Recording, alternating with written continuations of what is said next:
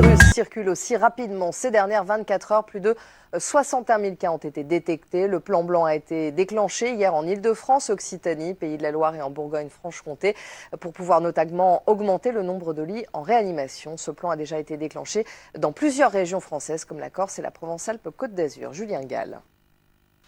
Depuis 3 semaines, le service des maladies infectieuses du CHU de Montpellier, qui est dédié aux patients atteints de Covid-19, est saturé.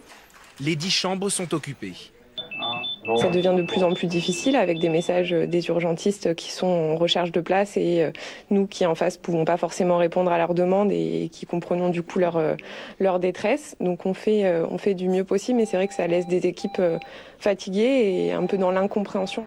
En France, les nouvelles hospitalisations sont passées de moins de 200 par jour mi-octobre à plus de 900 par jour en moyenne.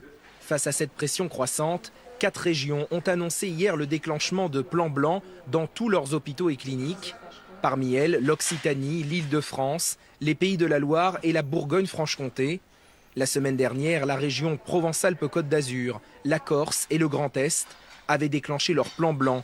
Un plan qui permet entre autres de réaffecter du personnel vers des services de soins critiques et de réorganiser le service des urgences. Pour les responsables hospitaliers, lorsque les patients ont des doutes, venir à l'hôpital ne doit pas être un réflexe systématique. Aujourd'hui, nous sommes au maximum de ce que peuvent faire nos professionnels des urgences. Donc, clairement, il faut faire le 15 pour lever un doute, continuer d'aller voir son médecin traitant.